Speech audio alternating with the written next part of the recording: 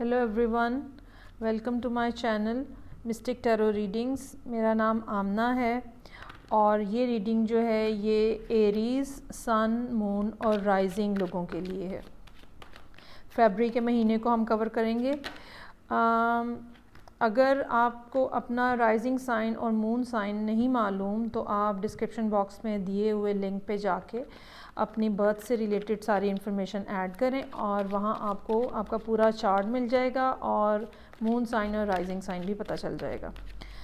Moon sign और rising sign जानना इसलिए ज़रूरी होता है कि मून साइन जो है वो हमारे इमोशंस को, हमारे थॉट्स को डिपेक्ट करता है और राइजिंग जो है बेसिकली वो हमारी ट्रू पर्सनैलिटी को डिफ़ाइन करता है। लेकिन अगर आपके पास ये इन्फॉर्मेशन नहीं है तो तब भी आप अपना सन साइन जो है आप उससे ही अपना फ़ायदा उठा सकते हैं, उसकी रीडिंग से।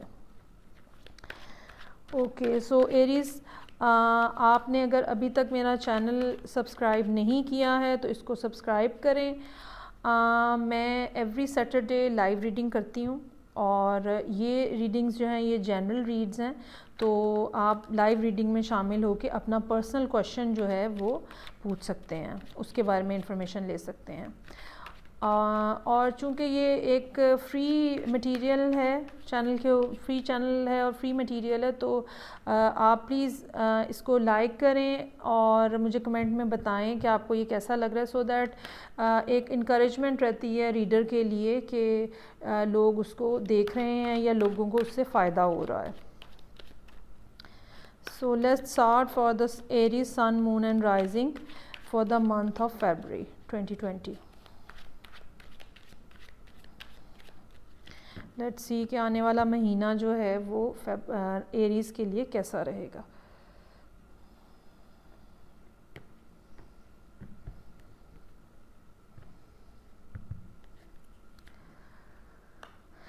ओके जी, सिचुएशन में कार्ड जो है, सिचुएशन कुछ इस किस्म की है जिसमें एक रेजिस्टेंस है और लोग जो हैं वो पुश बैक, या तो आप लोगों को पुश कर रहे हैं या लोग आपको पुश बैक कर रहे हैं।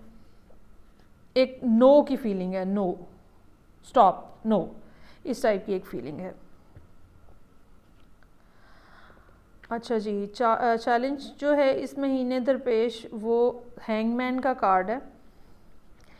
ये पाइसेस का कार्ड होता है। मे बी एरीज़ जो हैं वो किसी पाइसेस के साथ डील कर रहे हों और मे बी ये पाइसेस है जो कि एरीज़ को no, stop, no more type के जो है वो बात कह रहा है। इसके अलावा अगर हम कार्ड की एनर्जी को रीड करें तो हैंगमैन का कार्ड जो है उसमें एक तो ये है कि आप किसी जगह पे फंसे हुए हैं, ठीक है, आप किसी जगह पे स्टक हुए हैं और आपको इस बात की ज़रूरत है कि आप अपना चीज़ों का देखने का अंदाज़ जो है उसको रिकन्सिडर करें। जिस तरह से आप सोच रहे हैं, जो आपका थॉट प्रोसेस है उसको रिकन्सिडर करें, उसमें चेंज लाने की आपको ज़रूरत है। ये भी हो सकता है कि कुछ चीज़ें हैं जो कि अब आपको जिसको छोड़ देना है या कुछ सेक्रीफाइस है जो आपको करना है, जिसके बाद ज़िंदगी जो है वो इस स्टैग्नेंट पोजीशन से बाहर निकलेगी। ओके जी, इससे पिछली रीडिंग जो है वो मैंने पाइसेस की है। एरीज़ को चाहिए कि वो पाइसेस की रीडिंग देखें। वही सेम इस जगह पे यही कार्ड है और ये कार्ड जो है ये चॉइसेस की बात करता है। और आपके पास में, डीप पास में, कोई पिछले साल कह लें आपके, कोई इस किस्म की सूरत हाल थी जिसमें आपने कोई डिसीजन लेना था, ठीक है, और वो कोई चीज़ चूज़ करनी थी आपने, जो कि आपने चूज़ की है या कोई आपने ज़िंदगी में डिसीजन लिया है जिसके साथ ये सिनेरियो जो है डेवलप हुआ है, जो अब करंट टाइम में जो सिनेरियो बना हुआ है वो आपके इस फैसले की वजह से है। टू ऑफ पेंटिकल्स का कार्ड है। अगेन मैं ये बात कहूँगी कि जितने एरीज़ जो लोग ये वीडियो देख रहे हैं, आपको चाहिए कि आप पाइसेस की वीडियो देखें। काफ़ी हद तक यही स्टोरी है, एटलीस्ट इन 4 कार्ड्स में यही स्टोरी है जो पाइसेस के साथ नज़र आ रही है। इंडिसीजन है। एरीज़ जो हैं वो एक वक्त में 2 लोगों के साथ डील कर रहे हैं। ये भी हो सकता है कि एरीज़ जो हैं वो एक वक्त में 2 जॉब्स कर रहे हों। ये भी हो सकता है कि बिज़नेस और जॉब का मतलब दो चीज़ें हैं या कुछ चीज़ें हैं जिनको आप शफल करने की कोशिश कर रहे हैं और अप्स एंड डाउन्स हैं ज़िंदगी के अंदर और मुश्किलात हैं और आपको चीज़ें मैनेज करना मुश्किल हुआ है। ये भी हो सकता है कि ये जो फ़ैसला है ये कोई इसको मतलब 2 साल का जो अरसा है ना वो भी इसमें सिग्निफिकेंट हो सकता है कि 2 साल हो गए हैं और या 2 सालों से एक मामला चल रहा है जिसके बारे में आप डिसाइड करने से रेजिस्ट कर रहे हैं। ये भी हो सकता है कि ये एरीज़ जो है वो कुछ उन्हें डिसीजन लेना है और वो रेजिस्ट कर रहे हैं, अभी तक रेजिस्ट कर रहे हैं और ये मामला जो है ये पिछले 2 साल से शायद लिंगर ऑन है, स्टैग्नेशन का शिकार है, स्टक हुआ हुआ सब कुछ। नाइट ऑफ सोर्ड्स, कोई एयर साइन है या कोई ऐसा इवेंट है, कोई ऐसी बात है जो बहुत तेज़ी से रूनुमा होने का इम्कान है और एरीज़ जो है हो सकता है इस इवेंट को भी अवॉइड करने की कोशिश कर रहे हैं।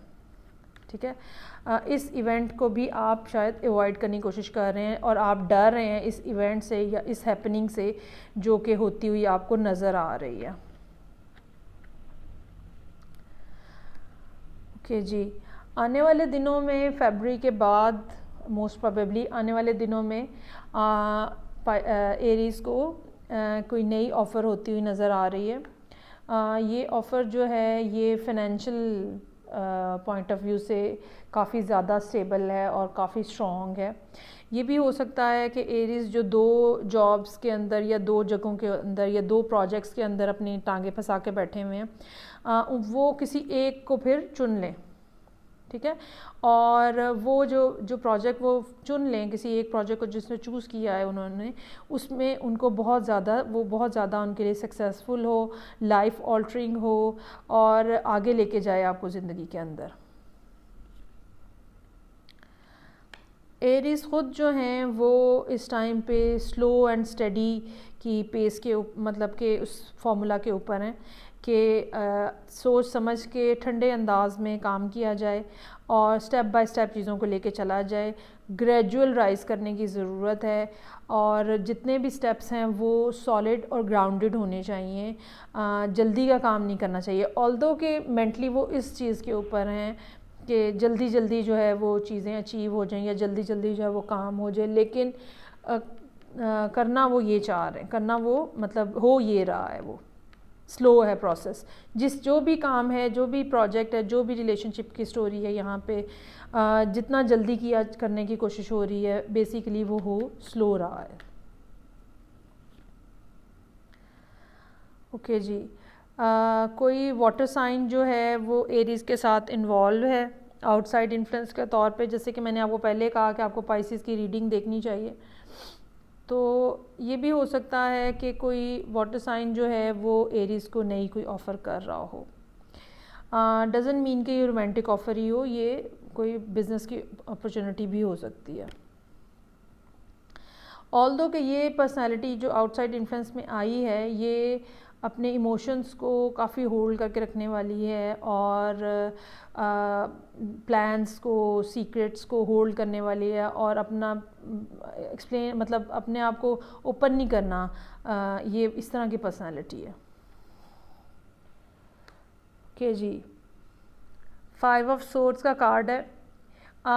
ये एक फियर है, एक कि लोग मुझे धोखा ना दें और लोग जो हैं वो मेरा फ़ायदा उठाने की कोशिश ना करें। ठीक है, एक फ़ियरफुल किस्म की फ़ीलिंग है और ये भी हो सकता है कि ये आपको अपना करैक्टर यहाँ पे नज़र आ रहा हो। मे बी किसी एरीज़ ने, दोनों तरफ से सूरत हाल मुमकिन है, तो मे बी किसी एरीज़ ने किसी को कुछ हर्ट किया है फीलिंग्स को या किसी तरह से कोई नेगेटिव सिचुएशन जो है वो यहाँ पे नज़र आ रही है। ओके जी,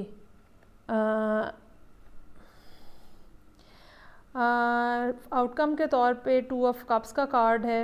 ठीक है, एंड ऑफ द मंथ जो है वो कोई अगेन ऑफ़र जो है वो होती हुई यहाँ पे नज़र आ रही है। ठीक है, ऑफ़र में भी पहले की हो रही हो, मतलब पहले से ही ऑफ़र एग्जिस्ट कर रही हो जिसको रिन्यू किया जा रहा है या रिफ़्रेश किया जा रहा है, लेकिन समहाउ जो एरीज़ हैं वो ख़ुद इंडिसीजन का शिकार है यहाँ पे।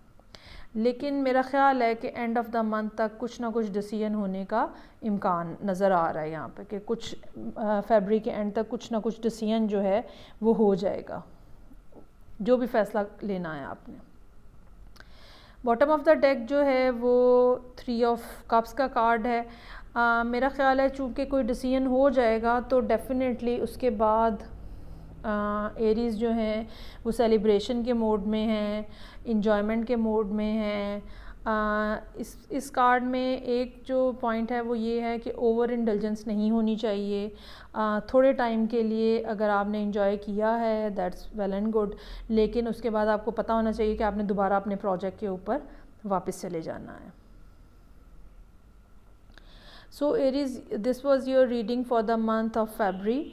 जो भी कोई ऑफ़र्स आ रही हैं या जो भी कोई ऑफ़र्स पहले से मौजूद हैं उनको रिकन्सिडर करें अच्छे तरीके से। उन लोगों के बारे में सोचें जो कि आपके साथ इन्वॉल्व हैं। अपना सोचने का अंदाज़ बदलें, चीज़ें हमेशा एक ही रुख पे नहीं चल रही होती हैं। हो सकता है कि आपका सोचने का अंदाज़ जो है उनको नेगेटिव दिखा रहा हो, उनकी पॉजिटिविटी को छुपा रहा हो। और जो कोई ऑफ़र आ रही है आपको वो डेफ़िनेटली कंसिडरेबल है और लाइफ ऑल्टरिंग भी हो सकती है। So Aries, this was your reading for February. आप इसको लाइक करें, शेयर करें, कमेंट बॉक्स में मुझे बताएं कि ये आपको कैसी लगी है।